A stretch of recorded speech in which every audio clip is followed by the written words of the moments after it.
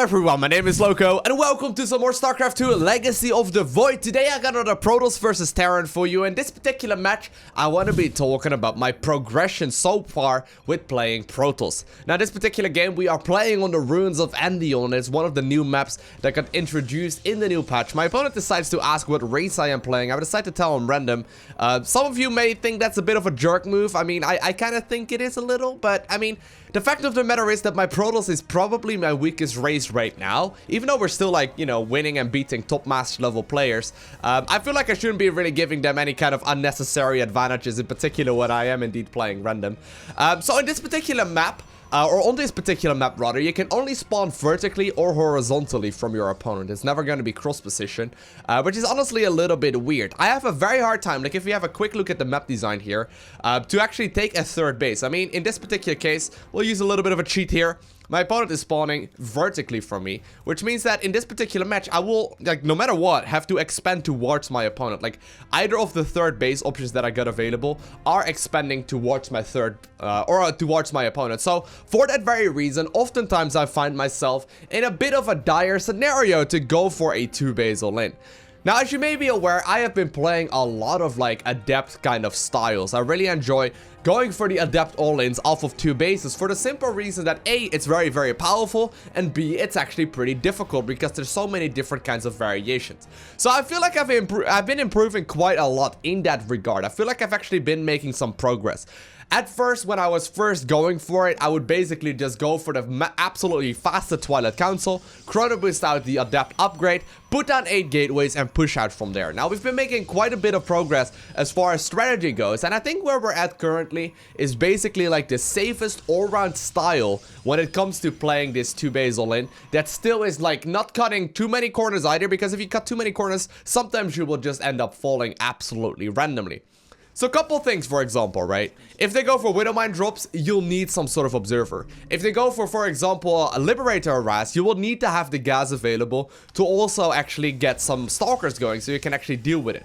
Now, on that very note, I also decided to put that, like, I think that is the second pylon? Yeah, the second pylon right there beneath or behind the mineral line. I want to be putting one over there in a little bit as well, just so I can deal with the Liberator aggression if my opponent has been going for it. And honestly, the whole process for me learning how to play Protoss has just been a matter of learning by losing. So as you can see in this particular match, I am actually losing a couple of probes here and there to my opponent's Reaper, which is a little bit frustrating. I probably could be delaying the natural just a little bit and get the Cyber Core a little bit faster, and that way I would be able to get my Mothership Core out a little bit quicker as well. Just like this weird trade-off, I suppose, between getting the expansion up a little bit faster and getting the economy lead, and then getting the defense against the Reaper play a little bit later. Either way, those are still the minor things that I'm figuring out right now. As like a general concept, basically what my idea right now is to get that 2-base saturation as fast as possible, chrono boosting out all these workers. Then I want to be getting the upgrade on the Adepts as soon as possible as well. I also want to make sure that I get the +1 attack upgrade so I can actually, you know, kill those Marines a little bit quicker. And on top of that, I'm also getting the robotics facility before all of that shenanigans, just so I can get Widow Mines out. So far my strategy has been to basically go Gateway, then go for the expansion, then Cyber Core, then for the robotics, and eventually we'll add on the Forge as well as the Twilight Council to get the other upgrades going. And the reason for this, like, timing, I guess, on the robotics facility, maybe it's a little bit too soon. I actually don't really know, but it has been working out really well for me, is to get those observers out, one for scouting, then one for early game defense. And in this particular game, I also decided to switch it up a little bit and go for some added Immortals, and we'll find out shortly why I decided to go ahead and do so. Also, one of the things I am trying to mess around with right now is that third gas timing. I find myself oftentimes, you know, saturating the natural plenty quick enough. Right now, for example, I've already got pretty much all the workers I need to really go for this aggression. So I decided to go for the third gas basically when I hit that full saturation. Now, I'm also going to be getting, like I said, the +1 attack, and we're also getting the upgrade started, at which point I'm also going to chrono boost those out just because I am already fully saturated. Now, I don't think I really need to be going for the 4th gas anytime soon. If I do go for the 4th gas, my minerals will be a little bit too late to properly actually defend against my opponents. Like, to basically properly get my gateways out and to defend against any kind of potential harass. I've been seeing a bunch of siege tank aggression, which seems to be a little bit more popular. And that is exactly what we will be seeing in this particular match as well. So my opponent is going to go for some double-pronged harass. First off, there's a siege tank at my front here. He's going to do some damage with that. And secondly, he's got a liberator in the back. Now, because I got my 1 gateway done already, we're going to be able to still warp in a couple of, you know, stalkers, just in case. As you may be aware, they recently did end up nerfing the Adept, or not the Adept, sorry. Yeah, they also actually recently nerfed the Adept, but I guess what I meant to say there is they nerfed the liberator a little bit. That circle, I guess, is a little bit smaller now. And I decided to go for the photon overcharge on that 1 pylon. Now, notice, this is actually right outside of range. Like, I'm trying to go for the photon overcharge. It's right out of range. I got a stalker here as well that I'm going to be harassing with. But at the same time, because he's going for some siege tank aggression, I decide to go ahead and get an immortal. Now, the immortal is an interesting addition. I'm not 100% certain whether or not it's the best addition to it, but it does so much damage to not just obviously siege tanks and whatnot, like armored unit, but it also does really well against buildings. Like, let's say, for example, my opponent has a depot on the top of his ramp.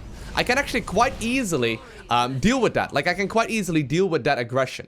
Now, since I currently also have my second immortal in production, I'm like, no, I really need to go ahead and push out. So I'll end up canceling that and going for the Warp Prism. So that really does indicate to you that I definitely still have a little bit of practice to go for it. Now, normally, this is where I go all in. Normally, this is where I just put all of my eggs in one basket. I basically bring all my stuff across the map and try and go for the kill. And I've noticed that, yeah, that works up until, like, High Master. Honestly, like, people have gotten much better at defending it, in particular as of late. So I wouldn't be messing around here with 3rd base timings.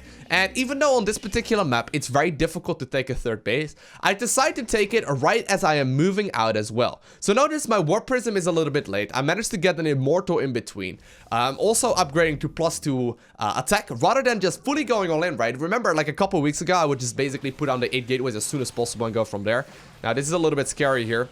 Probably shouldn't be moving my stalkers around here.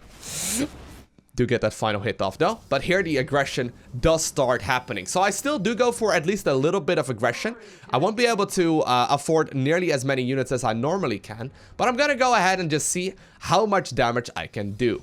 So I've got the 3rd base going up right now, not producing any probes for that, but I noticed that my opponent is trying to move out here as well. So what I go for here is a bit of a move out. I want to see if I can potentially murder my opponent right off the get-go. Now, obviously, I got a follow-up plan ready to go as well if things turn out to go south. And ideally, I probably do want to go for my robotics bay right about right now. However, if I do manage to get the chance, obviously, I'm gonna use this opportunity to do as maximum amounts of damage as possible. The reason why I would want to open up with or follow up with a robotics bay here is so I can go ahead and also add on those, what are they called? The balls of death, the disruptors. The disruptor, obviously, with the purification nova dealing stupid amounts of splash damage, seems to be the best course of action. And then eventually we can also transition towards storm.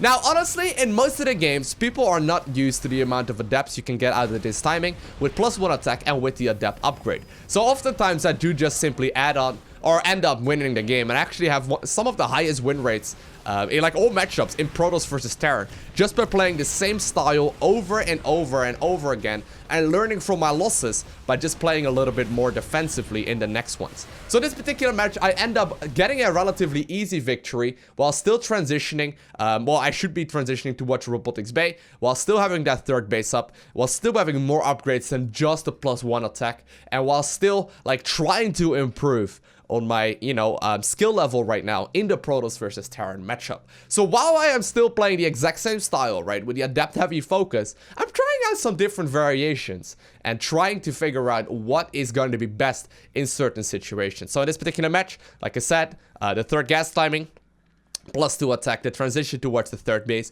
and a little bit later over timing attack rather than trying to finish them off right off the get-go. And then also the edited Immortal. The Immortal actually did do a lot of work. Like, I don't know how many shots it takes an Immortal to really kill a siege tank, but it really isn't that many.